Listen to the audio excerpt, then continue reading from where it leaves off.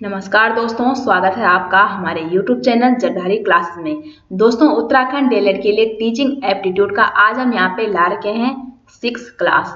5th class तक हमने यहाँ पे कंप्लीट कर दिए हैं, यानी कि 250 क्वेश्चन जो हैं वो टीचिंग एप्टीट्यूड के हमने यहाँ पे सॉल्व कर दिए हैं। तो अगर आपने वो पिछली वीडियो नहीं देखी है तो आप जाके उन सभी वीडियोस को भी देख सकते हैं। तो चलिए दोस्तों, आज की वीडियो शुरू करते हैं। तो क्वेश्चन नंबर 251 है, प्रौढ़ शिक्षा इसलिए आवश्यक है ताकि ऑप्शन ए है प्रौढ़ों की संख्या सबसे ज्यादा है, बी है प्रौढ़ों को रोजगार प्राप्त करने में आसानी होगी, सी है प्रौढ़ों को शिक्षित करना कम खर्चीला है और डी है यहाँ पे शिक्षित प्रौढ़ अपने बच्चों को भी शिक्षित बनाने की पूरी कोशिश करेंगे। तो यहाँ पे राइट आंसर कौन होगा? ऑप्शन डी होगा। देखो, प्रौढ़ शिक्षा किसको दी जाती है? जैसे अभी हम में से बहुत सारों के पेरेंट्स ऐसे हैं जिनको सही टाइम पे एजुकेशन नहीं मिली है, ठीक है। जैसे हमारी माताएं होगी, अगर उनको प्रौढ़ शिक्षा दी जाएगी तो वो अपने बच्चों को भी शिक्षित बनाने की पूरी कोशिश करेंगे। अब जो खुद एजुकेटेड है, जिसने खुद एजुकेशन ली है, वही तो अपने बच्चों को भी एजुकेशन दे पाएगा, है ना। तो यहाँ पे डी ऑप्शन इसलिए राइट आंसर हो जाएगा। क्वेश्चन नंबर 252 है, कक्षा में अनुशासनहीनता की समस्या पैदा होने की आशंका रहती है यदि बच्चों की आयु में बहुत विषमता हो, बी है बच्चों को व्यस्त रखने के लिए पूरा काम न दिया जाए, सी है बच्चों की संख्या मानदंड से बहुत हो और डी है यहाँ पे ये सभी। तो 252 का जो करेक्ट आंसर है वो होगा कि अगर आप एक टीचर हैं और अगर आप सही टाइम पे खुद भी काम नहीं करते हैं, अर्थात आप क्या है सही टाइम पे अपने बच्चों की क्लास नहीं लेते हैं, तो आपके बच्चे भी फ्री होंगे और फ्री होंगे तो वो अनुशासनहीनता वाले काम भी करेंगे। तो आप जितना व्यस्त होंगे आपके स्टूडेंट भी उतना ही व्यस्त होंगे। इसलिए ऑप्शन बी जो है, बच्चों को व्यस्त रखने के लिए पूरा काम ना दिया जाए, तो वो कहीं ना कहीं क्या करेंगे? अनुशासनहीनता वाले काम करेंगे। तो 252 का करेक्ट आंसर है ऑप्शन बी। क्वेश्चन नंबर 253 है, छात्रों को चरित्रवान एवं अनुशासित बनाने के लिए आप क्या करेंगे? तो आप एक टीचर हैं तो अपने स्टूडेंट को आप कैसे एक अच्छा चरित्रवान एवं अनुशासित वाला बनाएंगे? तो इसका जो राइट आंसर है वो होगा यहाँ पे ऑप्शन सी होगा कि अगर आप स्वयं चरित्रवान और अनुशासित होंगे तभी जाके आपके स्टूडेंट आपसे कुछ सीखेंगे और वो भी स्वयं चरित्रवान और अनुशासित वाले बनेंगे। तो ऑप्शन सी हो जाएगा 253 का करेक्ट आंसर। क्वेश्चन नंबर 254 है, संवेग एवं संज्ञान एक दूसरे से क्या है? पूर्ण रूप से स्वतंत्र हैं, ठीक है। तो 254 का राइट आंसर है ऑप्शन बी। दोस्तों, उत्तराखंड डीएलएड की प्रिपरेशन के लिए हमने आपके लिए एक टेलीग्राम चैनल बना रखा है जिसका लिंक आपको इस वीडियो के डिस्क्रिप्शन में मिल जाएगा। उसमें आपको प्रैक्टिस सेट हो गया, प्रीवियस ईयर पेपर हो गया और ई बुक या डीएलएड से संबंधित किसी भी प्रकार के नोट्स आपको वहाँ पे प्रोवाइड कर दिए गए हैं। तो आप जरूर उस लिंक को ज्वाइन कीजिएगा। क्वेश्चन नंबर 255 है, यहाँ पर विज्ञान पढ़ने वाले छात्रों में प्रयोग करने की क्षमता का विकास कैसे किया जा सकता है? ऑप्शन ए है कक्षा में उन्हें प्रयोग दिखाकर। देखो, जो प्रैक्टिकली वाले विज्ञान पढ़ता है इसका मतलब वो उसको प्रैक्टिकल भी आने चाहिए, और प्रैक्टिकल उसको कैसे आएंगे? जब वो स्वयं प्रैक्टिकल करेगा, ठीक है, लैब में जाएगा और प्रैक्टिकल करेगा। केवल दिखाकर वहाँ पे वो कभी नहीं सीख पाएगा, और अगर प्रयोग के आप लाभ बताते हैं वो बिल्कुल वहाँ पे नहीं सीख पाएगा। सबसे बेस्ट ऑप्शन क्या है कि उन्हें प्रयोग करने का अभ्यास कराकर, जितना ज़्यादा वो वहाँ पे प्रैक्टिस करेगा उतना ज़्यादा ही उससे क्या है किसी भी प्रैक्टिकल का नॉलेज होगा और वो हमेशा हमेशा के लिए उसको क्या है समझ भी पाएगा। इसलिए ऑप्शन सी होगा यहाँ पे 255 का करेक्ट आंसर। क्वेश्चन नंबर 256 है, कुछ अध्यापक कक्षा में अनावश्यक व्याख्या करते हैं और वही बात बार बार दोहराते भी हैं। तो यह क्या है? ऑप्शन ए है समय को नष्ट करना है, बी है कमजोर छात्रों के लिए आवश्यक है, सी है संप्रेषण सिद्धांतों को न मानना। तो अगर कोई अध्यापक जो है वो बार बार एक ही बात को दोहराता है, वो अनावश्यक क्या है व्याख्या करते रहता है, इसका मतलब क्या है कि वो संप्रेषण सिद्धांतों को नहीं मानता है। एक दो बार कोई चीज समझानी अच्छी है, लेकिन अगर बार बार आप एक चीज को समझाते हैं इसका मतलब ये है कि आपका जो स्टूडेंट है वो भी वहां पे क्या है उब जाएगा। तो ऑप्शन सी यहाँ पे करेक्ट आंसर हो जाएगा। क्वेश्चन नंबर 257 है, यदि विद्यार्थी पाठ में रुचि न लेते प्रतीत हो तो शिक्षक को चाहिए कि वह ऑप्शन ए है कक्षा से चला जाए। देखो अगर आप कक्षा से चले जाते हैं इसका मतलब क्या है, आप अपना कर्तव्य पूर्ण किए बिना वहां से चल दिए हैं, तो ये गलत हो जाएगा। बी है दृश्य श्रव्य सामग्री को प्रयोग में लाकर पल को रुचिकर बनाएं। देखो एक पल अगर आपने रुचिकर बनाए तो ये सही नहीं होगा। आपने जितना भी टाइम अपना स्कूल में देते हैं तो स्टूडेंट को क्या लगना चाहिए कि अगर आप पढ़ाते हैं तो उनको वहाँ पे अच्छा फील होना चाहिए, उनको वहाँ पे रुचि लगनी चाहिए अगर आप पढ़ाते हैं। तो केवल पल में काम नहीं यहाँ पे बनेगा स्टूडेंट का भी। सी है शिक्षण विधि बदलें और डी है कक्षा में कोई अन्य कार्य आरंभ करें। तो ये भी आप अगर करते हैं तो वही कि आप अपना कर्तव्य वहाँ पे निभा ही नहीं रहे हो। तो 257 का जो करेक्ट आंसर है वो होगा ऑप्शन डी। देखो आपके जो बच्चे हैं वो पाठ में रुचि क्यों नहीं ले रहे हैं, हो सकता है कि जिस टीचिंग मेथड से आप उनको पढ़ाते हैं वो उनको समझ में नहीं आ रही होगी, है ना। इसका अच्छा जो उदाहरण होगा वो क्या होगा कि आप क्यों ना अपने ही टीचिंग मेथड में कुछ चेंजेस लाएं, दूसरे टीचिंग मेथड का वहाँ पे अगर आप प्रयोग करेंगे तो आपका स्टूडेंट वहाँ पे बिल्कुल रुचि से क्या है आप पे ध्यान देगा और पढ़ने में भी ध्यान देगा। तो ऑप्शन सी यहाँ पे करेक्ट आंसर हो जाएगा। क्वेश्चन नंबर 258 है शिक्षण कार्य में आदर्श और नैतिकता से आप क्या समझते हैं। ऑप्शन ए अच्छी शिक्षण व्यवस्था, बी है शिक्षक और छात्रों में आदर्श और नैतिकता का बोधगम्य, सी है शिक्षक का शिक्षण कार्य में नैतिकता का समावेश और डी है यहाँ पे शिक्षा को आदर्श और नैतिकता से जोड़ना। तो 258 का जो यहाँ पे करेक्ट आंसर है वो क्या है, ऑप्शन बी हो जाएगा। क्वेश्चन नंबर 259 है शिक्षा एक त्रिकोणीय प्रक्रिया है, इसके तीनों कोण कौन है। देखो कभी कभी ऑप्शन में ये भी आता है, जैसे तीनों कोण में से सबसे जो मुख्य है वो स्टूडेंट है, फिर उसका टीचर है और फिर क्या है कैरिकुलम है, लेकिन यहाँ पे दे रखा है छात्र शिक्षक और सामाजिक परिवेश भी यहाँ पे करेक्ट आंसर हो जाएगा। तो ऑप्शन ए है यहाँ पे राइट आंसर। क्वेश्चन नंबर 260 है जिन छात्रों के माँ बाप नहीं है तो आप क्या करेंगे, उन छात्रों के साथ कैसा बिहेवियर करेंगे आप। ए है उनकी मदद के लिए प्रिंसिपल से सिफारिश करेंगे। देखो अगर आप हर बार प्रिंसिपल के पास जाते हैं तो इसका मतलब वही है कि आप पे अपने छात्रों को हैंडल करने की कैपेबिलिटी नहीं है, तो ऑप्शन ए गलत हो जाएगा।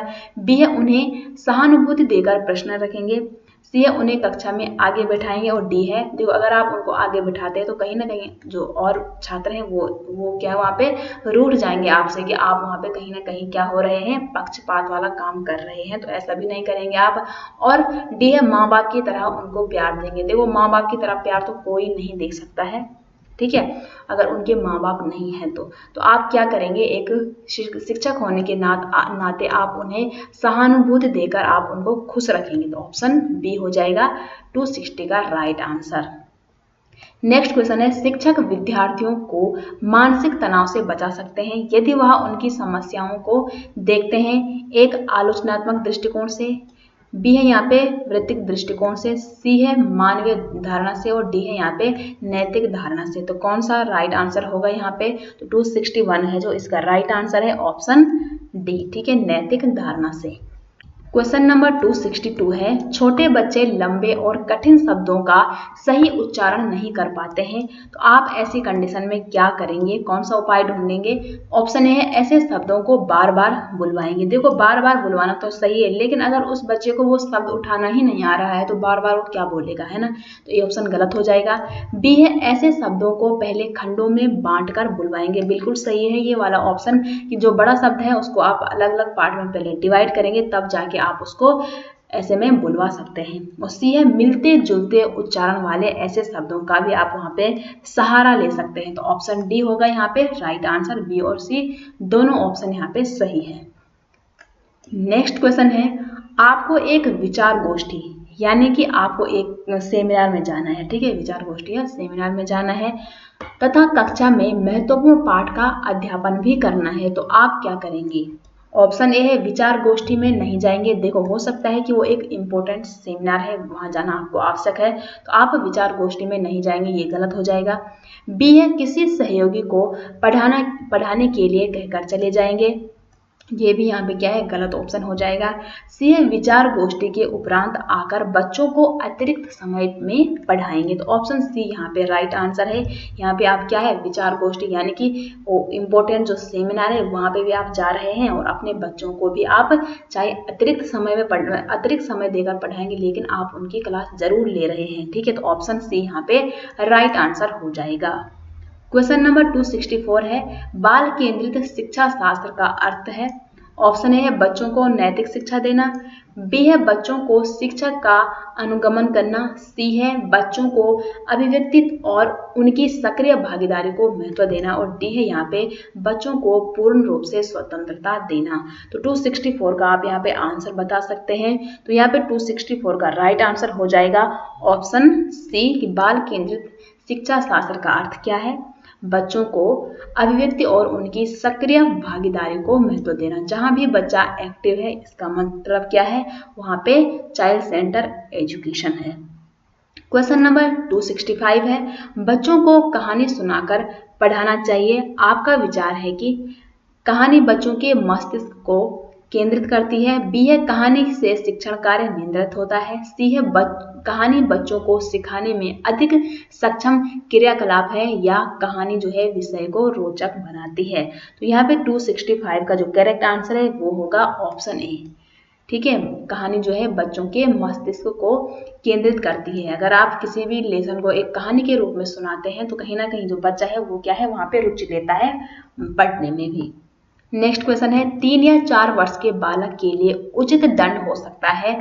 केवल वह मात्र 3 और 4 वर्ष का बालक है, तो क्या है, ऑप्शन है उसे डंडे से भयभीत करेंगे। देखो पहले तो आपका मन ही नहीं करेगा उसको मारने का, क्योंकि वो मात्र 3 या 4 साल का बालक है, तो ये गलत ऑप्शन हो जाएगा। बी है उसे उसकी माता की उपेक्षा का भय दिलाना, सी है उसे उसके पिता की उपेक्षा का भय दिलाना, और डी है यहाँ पे उसे कक्षा में खड़ा कर देना। देखो आप अगर 3-4 वर्ष का कोई बालक है तो आप अगर उसको क्लास में खड़ा कर देते हैं कुछ मिनट के लिए, ठीक है, कुछ सेकेंड एक मिनट के लिए, तो उसके लिए वो बहुत बड़ा दंड वही होगा अगर वो खड़ा है सबके सामने। तो ऑप्शन डी यहाँ पे राइट आंसर हो जाएगा। क्वेश्चन नंबर 267 है, निम्न में से कौन सा वस्तुनिष्ठ प्रश्न है यहाँ पे, यानी कि वस्तुनिष्ठ मतलब कि ऑब्जेक्टिव क्वेश्चन कौन है यहाँ पे। ऑप्शन ए है निबंधात्मक प्रश्न, ये नहीं, बी है लघु उत्तरीय प्रश्न, सी है मुक्त उत्तर वाला प्रश्न, या डी है सत्य और असत्य वाला। तो जो सत्य असत्य वाले क्वेश्चन होते हैं वो कैसे होते हैं, ऑब्जेक्टिव टाइप के होते हैं। तो ऑप्शन डी यहाँ पे होगा 267 का राइट आंसर। नेक्स्ट क्वेश्चन है, जो बच्चे शिक्षक के प्रश्न का उत्तर देने के लिए हाथ उठाते हैं, इसका मतलब क्या है कि उनके उत्तर प्रायः सही होते हैं। देखो जरूरी नहीं है कि जो बच्चा बार बार हाथ खड़ा करता है, ये नहीं है कि उसका 100% हर बार उसका क्वेश्चन का आंसर सही हो। बी है उनके उत्तर प्रायः सही नहीं होते हैं, ये भी गलत होगा। और सी है वे पढ़ने में तेज होते हैं, या उनके उत्तर कभी सही होते हैं या कभी गलत होते हैं। तो यहाँ पे 268 है, उसका राइट आंसर होगा कि उनके उत्तर सभी सही भी हो सकते हैं और कुछ उत्तर उनके गलत भी हो सकते हैं। तो ऑप्शन डी यहाँ पे राइट आंसर हो जाएगा। क्वेश्चन नंबर 269 है, वस्तुनिष्ठ परीक्षण की सर्वाधिक महत्वपूर्ण विशेषता क्या है। जो ऑब्जेक्टिव टाइप के क्वेश्चन होते हैं या जो ऑब्जेक्टिव टेस्ट होता है उसकी सर्वाधिक महत्वपूर्ण विशेषता क्या होती है, कि वो विश्वसनीयता होता है, वैधता होता है, या वस्तुनिष्ठता होता है, ये सभी। तो यहाँ पे जो 269 है उसका राइट आंसर है ऑप्शन ए, जो वस्तुनिष्ठ परीक्षण होता है वो सर्वाधिक विश्वसनीयता वाला होता है। तो ऑप्शन ए यहाँ पे राइट आंसर हो जाएगा। नेक्स्ट क्वेश्चन है, प्रतिभाशाली बालक वह होता है जो सामान्य बालकों से भिन्न हो। प्रतिभाशाली है इंटेलिजेंट चाइल्ड, ठीक है। ए है सामान्य बालकों से भिन्न हो, बी है सामान्य बालकों के जैसा हो। देखो अगर वो सामान्य बालक जैसा है तो इंटेलिजेंट हम उसको क्यों कहेंगे, है ना। और मंद बुद्धि तो हो नहीं सकता है। तो यहाँ पे जो 270 उसका राइट आंसर क्या है, कि जो इंटेलिजेंट चाइल्ड है वो सामान्य बालकों से अलग होता है। क्वेश्चन नंबर 271 है, अध्यापक को अपनी जानकारी नवीनतम बनाने के लिए क्या करना चाहिए। ऑप्शन ए है दैनिक समाचार पत्रों को नियमित पढ़ना चाहिए, बिल्कुल सही है।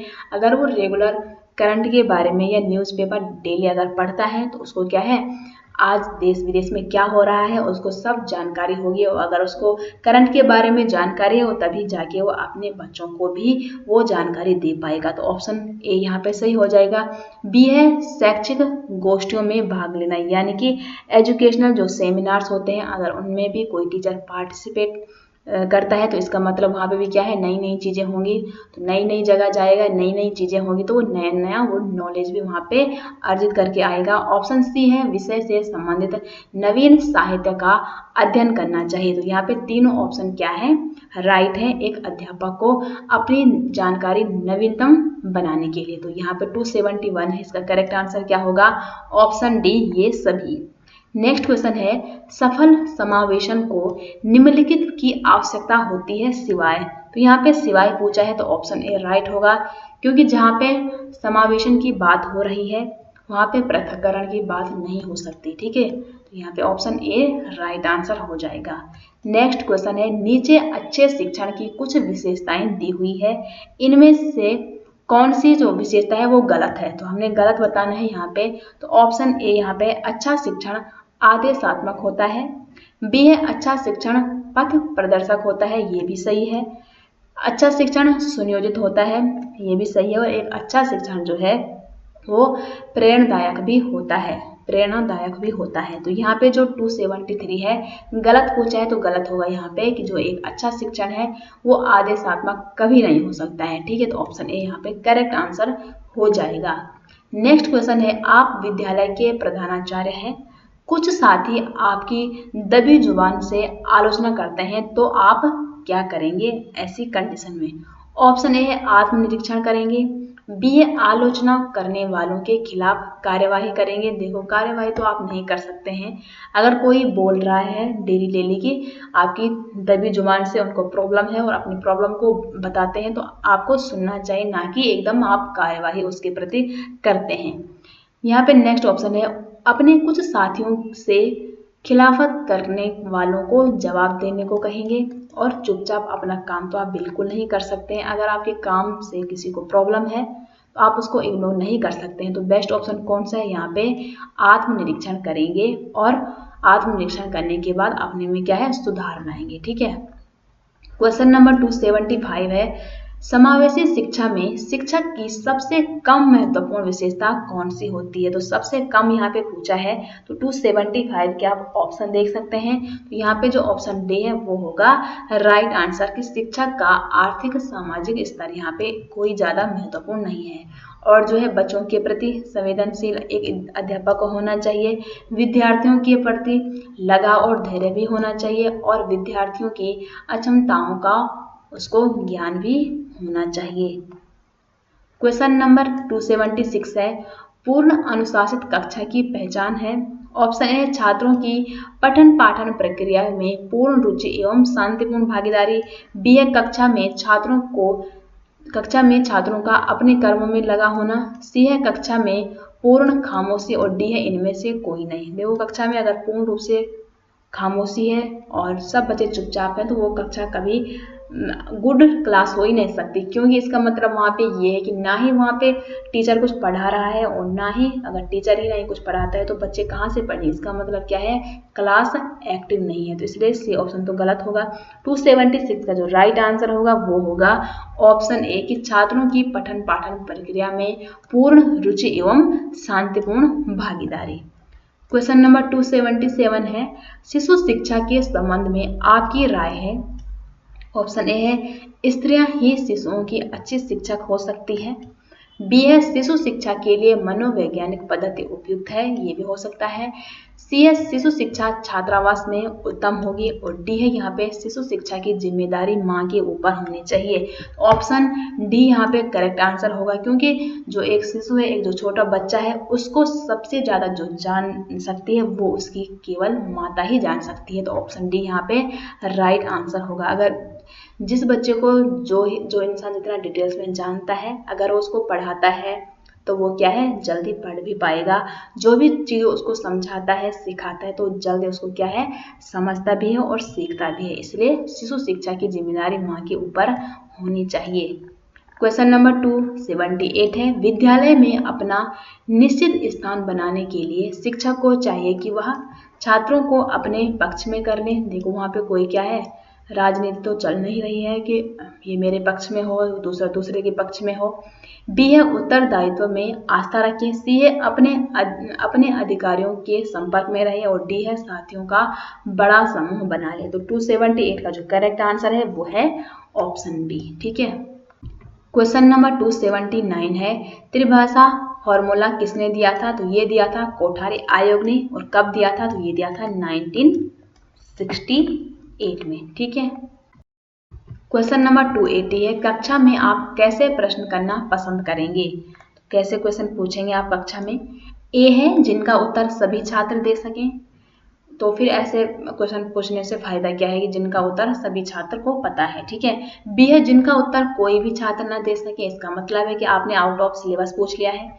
सी है, जिनका उत्तर शायद ही कोई छात्र दे सके। मतलब बहुत 1% वहाँ पे अगर कोई छात्र दे सकता है और 99% नहीं दे सकता। इसका मतलब यही है कि आपने अपने छात्रों को या तो कुछ पढ़ाया ही नहीं है या आपने उनसे आउट ऑफ सिलेबस पूछ लिया है। तो बेस्ट ऑप्शन क्या होगा यहाँ पे? देखो क्वेश्चन हमेशा ऐसा भी पूछना चाहिए जिससे उसका क्या है, माइंड का डेवलपमेंट भी हो, क्रिएटिव थिंकिंग उसके अंदर आए। तो ऑप्शन डी है, जिनका उत्तर देने के लिए छात्रों को कुछ सोचना पड़े। वो अपनी डाइवर्जेंट थिंकिंग का वहाँ पे यूज करेंगे, अलग अलग तरीके से सोचेंगे कि आखिर में हमारे टीचर ने हमको ये क्या पूछा है और हम पूरी कोशिश करेंगे कि इसका हम क्या है आंसर भी दे पाए। तो ऐसे क्वेश्चन पूछना चाहिए जिनसे वो थोड़ा क्या है अपने माइंड का प्रयोग भी करें। तो ऑप्शन डी यहाँ पे करेक्ट आंसर हो जाएगा। क्वेश्चन नंबर 281 है, छात्रों की समस्याओं को जानने के लिए आप क्या करेंगे? ऑप्शन ए, खुद छात्र बनकर उनकी समस्या को समझ सकते हैं। बी है, छात्रों की पिटाई करके उनकी समस्या आप उनको पूछ सकते हैं। ठीक है। और आत्मीय संबंध बनाएंगे, इनमें से कोई नहीं। तो बेस्ट ऑप्शन क्या है? अगर आपने किसी भी समस्या को जानना है, जड़ से जानना है, तो आप क्या है सबसे पहले खुद आप छात्रों की जगह खुद को रखेंगे, यानी कि खुद छात्र बनकर उनकी समस्या को समझ सकते हैं। तभी जाके आप किसी भी छात्र की समस्याओं को जानेंगे और तब जाके उनका निवारण भी करेंगे। तो 281 का करेक्ट आंसर होगा ऑप्शन ए। क्वेश्चन नंबर 282 है, विकास का वही संबंध परिपक्वता से है जो उद्दीपन का प्रतिक्रिया से। ठीक है। ऑप्शन बी है यहाँ पे 282 का राइट आंसर। क्वेश्चन नंबर 283 है, आप शिक्षण व्यवसाय को क्यों अपनाना चाहते हैं? ऑप्शन ए, आत्मसंतुष्टि के लिए। बी है, अपने ज्ञान को बढ़ाने के लिए। सी है, छात्रों के साथ नए नए अनुभव प्राप्त करने के लिए। या सामाजिक प्रतिष्ठा के लिए। तो यहाँ पे जो 283 है उसका राइट आंसर क्या होगा? ऑप्शन सी होगा कि छात्रों के साथ नए नए अनुभव प्राप्त करने के लिए हम शिक्षण व्यवसाय को अपनाएंगे। नेक्स्ट क्वेश्चन है, कक्षा में बच्चों की शारीरिक भाषा पर नजर रखने से हम यह जान सकते हैं कि क्या जान सकते हैं कि कौन सा बच्चा कक्षा में तनावग्रस्त है। बिल्कुल सही है।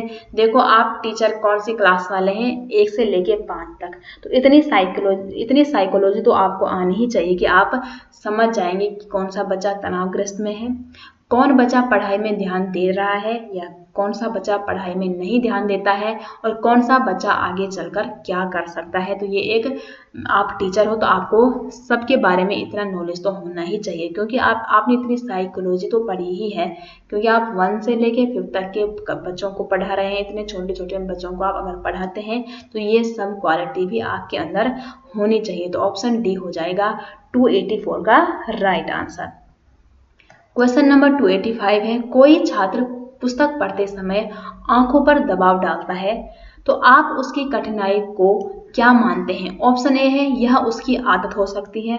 देखो अगर वो बार बार ऐसा कर रहा है, ठीक है, वो भी जब वो पढ़ता है तो वो उसकी आदत तो बिल्कुल नहीं हो सकती है। बी है, वह शरारत ऐसा कर रहा है, ठीक है, वो ऐसी हरकतें कर रहा है। या उसकी आंखें कमजोर हो सकती है या उसे पढ़ना नहीं आता है। तो ऑप्शन जो यहाँ पे सी है ये राइट आंसर हो जाएगा। अगर कोई जो छात्र है वो किताब पढ़ते टाइम बार बार अपनी आंखों को दबाव देता है, इसका मतलब क्या है, उसकी आंखें कमजोर हो सकती है। तो ऑप्शन सी यहाँ पे राइट आंसर हो जाएगा। क्वेश्चन नंबर 286 है, शुद्ध मातृभाषा प्रयोग करने वाले छात्रों के साथ आपका क्या व्यवहार होगा? तो यहाँ पे ऑप्शन ए जो है वो यहाँ पे राइट आंसर हो जाएगा कि आप ऐसे छात्रों को समय समय पर पारितोषिक देंगे, यानी कि आप उनको टाइम टाइम पे क्या है रिवार्ड देंगे। अगर जो बच्चा शुद्ध मातृभाषा का प्रयोग करता है, ऐसे में क्या होगा, आप अगर किसी स्टूडेंट को बार बार क्या है रिवार्ड दे रहे हैं तो इसका मतलब ये होगा कि जो वहाँ पे चाइल्ड है वो भी शुद्ध मातृभाषा प्रयोग करने के लिए अपना 100% देंगे, क्योंकि उनको भी वही रिवार्ड चाहे जो आपने उस छात्र को दिया है। तो ऑप्शन ए यहाँ पे करेक्ट आंसर हो जाएगा। नेक्स्ट क्वेश्चन है, शिक्षा के क्षेत्र में आरक्षण लागू होने से। ऑप्शन ए है यहाँ पे सामाजिक एकरूपता आती है, बी है सामाजिक रूप से पिछड़े व्यक्ति को सहायता मिलती है, या शिक्षा में विसंगतियां आती है। तो यहाँ पे जो 287 है इसका राइट आंसर क्या है, ऑप्शन सी बी यहाँ पे राइट आंसर हो जाएगा कि ऐसे में क्या होगा कि जो सामाजिक रूप से जो पिछड़े व्यक्ति हैं उनको यहाँ पे क्या है हेल्प मिल जाएगी। क्वेश्चन नंबर 288 है, एक अध्यापक के रूप में शिक्षक अभिभावक एसोसिएशन में आप क्या करेंगे, सक्रिय भाग लेंगे, बिल्कुल सही है। बी है अभिभावकों को सावधान रहने के लिए कहेंगे, और सी है यहाँ पे स्कूल की गलत नीतियों का भंडाफोड़ करेंगे, या प्रधानाचार्य का पक्ष प्रस्तुत करेंगे। देखो अगर कहीं पे भी कभी भी पेरेंट्स की जो मीटिंग या टीचर और पेरेंट्स की जो मीटिंग होती है उसमें आपको क्या है पूर्ण रूप से वहाँ पे भाग लेना चाहिए। तो ऑप्शन ए यहाँ पे राइट आंसर हो जाएगा। क्वेश्चन नंबर 289 है, शारीरिक वृद्धि और विकास को कहते हैं, इसे कहते हैं अभिवृद्धि। अभिवृद्धि क्या है, इसका संबंध केवल और केवल शारीरिक पहलुओं से होता है। फॉर एग्जाम्पल जैसे वेट, हाइट, ठीक है, यहाँ पे लेंथ, ये सभी का संबंध होता है अभिवृद्धि से। अगर पूछा जाता केवल विकास, तो विकास का संबंध जो है वो सभी पहलुओं से होता है। फॉर एग्जाम्पल शारीरिक विकास हो गया, ज्ञानात्मक विकास हो गया, सामाजिक विकास हो गया, भावात्मक विकास हो गया, या भाषाई विकास, ठीक है, physically, mentally, emotionally, socially development अगर बात आती है तो वहाँ पे केवल और केवल विकास की बात होती है। तो ऑप्शन यहाँ पे 289 का राइट आंसर है ऑप्शन बी।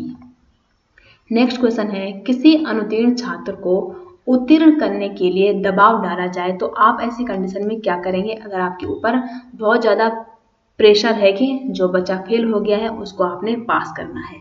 ऑप्शन ए है परिस्थितिवश छात्र को उत्तीर्ण कर देंगे। देखो एकदम पे ऐसा फैसला तो आप बिल्कुल नहीं ले सकते, आपने किसी कारणवश ही उसको फेल किया होगा। बी है विद्यालय से अवकाश लेना, मतलब आप फिर से अपने कर्तव्य से वहाँ पे भाग रहे हैं। सी है सहयोगियों से परामर्श कर कदम उठाएंगे। बिल्कुल यहाँ पे जो ऑप्शन सी है वो होगा राइट आंसर। कोई भी बड़ा फैसला लेना है तो कहीं ना कहीं आप क्या है अपने वहाँ पे जो दोस्त हैं, आपके जो अन्य शिक्षक हैं उनके साथ डिस्कशन करेंगे, तब जाके कोई एक सॉल्यूशन निकालेंगे। तो ऑप्शन सी यहाँ पे सही आंसर हो जाएगा। नेक्स्ट क्वेश्चन है, एक विद्यार्थी के असामाजिक व्यवहार को सुधारने के लिए कौन सा कार्य नहीं करना चाहिए। ऑप्शन ए है दूसरे विद्यार्थियों से कहना कि वह उसके साथ ना रहे। बी है विद्यार्थी से समस्या पर विचार करना, ये तो सही है। उसको परामर्शदाता के पास भेजना, ये भी सही है। उसके परिवार के सदस्यों से बताना है। लेकिन हमको यहाँ पे पूछा गया है ना, तो ना कौन सा होगा यहाँ पे कि दूसरे विद्यार्थी से कहना कि वह उसके साथ ना रहे। 291 का करेक्ट आंसर हो जाएगा ऑप्शन यहाँ पे ए, ठीक है। नेक्स्ट क्वेश्चन है 292, विशिष्ट बालकों के अंतर्गत निम्न में से कौन सा बालक आता है। तो विशिष्ट जो स्पेशल चाइल्ड होते हैं, तो पिछड़ा जो बालक है वो भी एक स्पेशल चाइल्ड है, जो प्रतिभाशाली बालक है वो भी एक स्पेशल चाइल्ड है, और मंद बुद्धि बालक भी क्या है एक स्पेशल चाइल्ड ही कहलाता है। तो ये सभी यहाँ पे क्या हो जाएगा राइट आंसर हो जाएगा 292 का। क्वेश्चन नंबर 293 है, आप अपने दैनिक जीवन में महत्व देते हैं, तो किसको देंगे आप महत्व, आदर्श और नैतिकता की रक्षा को। ऑप्शन बी है 293 का करेक्ट आंसर। नेक्स्ट क्वेश्चन है, विद्यालय में प्रार्थना स्थल पर प्रार्थना के लिए पर्याप्त संख्या में छात्र उपस्थित नहीं होते हैं, तो एक प्रिंसिपल के रूप में आप वहाँ पे क्या करेंगे। तो क्या करेंगे, ऑप्शन ए छात्रों को प्रार्थना का महत्व समझाएंगे। बी है प्रार्थना स्थल पर मनोरंजक कार्यक्रम कराएंगे। तो इसका और इसका तो कोई नाता ही नहीं है। सी सभी साथियों से इस समस्या पर गौर करने के लिए कहेंगे और प्रार्थना स्थल पर ही छात्रों के उपस्थित कराएंगे। तो यहाँ पे जो बेस्ट ऑप्शन है, अगर उन्होंने डेली प्रार्थना में आना है तो इसके लिए आपको क्या करना चाहिए कि छात्रों को प्रार्थना का महत्व आप उनको बताएंगे, तो तब जाके वो क्या करेंगे, अपनी आदत को सुधारेंगे और डेली क्या है, प्रार्थना के टाइम स्कूल में उपस्थित भी होंगे। क्वेश्चन नंबर 295 है, शिक्षक को अपनी विषय वस्तु में निरंतर नए ज्ञान का समावेश करते रहना चाहिए जिससे, तो आप यहाँ पे ऑप्शन देख सकते हैं, तो जिससे वह छात्रों को भी नवीनतम ज्ञान दे सके। तो ऑप्शन बी हो जाएगा यहाँ पे करेक्ट आंसर। क्वेश्चन नंबर 296 है, किसी छात्र की उपलब्धि का मूल्यांकन किस आधार पर किया जाना चाहिए। तो यहाँ पे जो ऑप्शन ए और बी है वो क्या है कि आप तुलना कर रहे हैं, तो आप किसी भी छात्र की उसकी उपलब्धि का मूल्यांकन किसी की तुलना से बिल्कुल भी नहीं कर सकते हैं। तो 296 का जो करेक्ट आंसर है वो हो जाएगा ऑप्शन सी, कि उस छात्र की इससे पहले क्या उपलब्धि थी उसके साथ तुलना करके आप किसी भी छात्र की उपलब्धि का मूल्यांकन कर सकते हैं। तो ऑप्शन सी हो जाएगा यहाँ पे करेक्ट आंसर। नेक्स्ट क्वेश्चन है, आंकलन या असेसमेंट उद्देश्यपूर्ण होता है यदि, तो ऑप्शन ए है इससे विद्यार्थियों और शिक्षकों को फीडबैक प्राप्त हो। तो जो ऑप्शन ए है वो है यहाँ पे राइट आंसर। इसलिए जब सतत एवं व्यापक मूल्यांकन होता है तो उसमें जो टीचर है वो टाइम टाइम पे अपने बच्चों को क्या है, फीडबैक भी देते रहते हैं। नेक्स्ट क्वेश्चन है, प्रतिभाशाली बालकों की पहचान की जा सकती है। ऑप्शन ए केवल बुद्धि परीक्षण के द्वारा, बी है केवल उपलब्धि परीक्षण के द्वारा, और सी है केवल अभिरुचि परीक्षण के द्वारा, और डी है यहाँ पे उपरोक्त सभी। तो एक प्रतिभाशाली या इंटेलिजेंट जो चाइल्ड होता है उसकी पहचान इन सभी परीक्षणों के द्वारा की जा सकती है। क्वेश्चन नंबर 299 है, शिक्षा की प्रोजेक्ट विधि का आधार क्या है। ऑप्शन ए है कक्षा की व्यवस्था ठीक रखने का सिद्धांत, बी है विद्यार्थियों की प्रतिभा का मूल्यांकन का सिद्धांत, सी है यहाँ पे जो 299 का वो हो जाएगा करेक्ट आंसर, कि शिक्षा की प्रोजेक्ट विधि का आधार होना चाहिए करके सीखने का सिद्धांत। जितना जो बच्चा है वो किसी भी काम को खुद करके सीखता है तो वो उसको अच्छे प्रकार से समझ भी पाता है, उसको हमेशा के लिए याद भी रह जाता है। लर्निंग बाय डूइंग इसलिए बेस्ट मेथड होता है। आज की वीडियो का लास्ट क्वेश्चन है, छात्रों में श्रम के महत्व के विकास हेतु क्या करना चाहिए। तो इसका आंसर भी आपको कमेंट बॉक्स में जरूर देना चाहिए। तो ये थी दोस्तों आज की वीडियो। उम्मीद करते हैं आपको ये पसंद आई होगी। वीडियो पसंद आती है तो वीडियो को लाइक करें, शेयर करें, कमेंट करें, और आपको इन 50 क्वेश्चन में से कितने क्वेश्चन आए वो भी कमेंट बॉक्स में जरूर बताइएगा। मिलते हैं एक नई इंटरेस्टिंग वीडियो के साथ, तब तक के लिए आप सभी का बहुत बहुत धन्यवाद।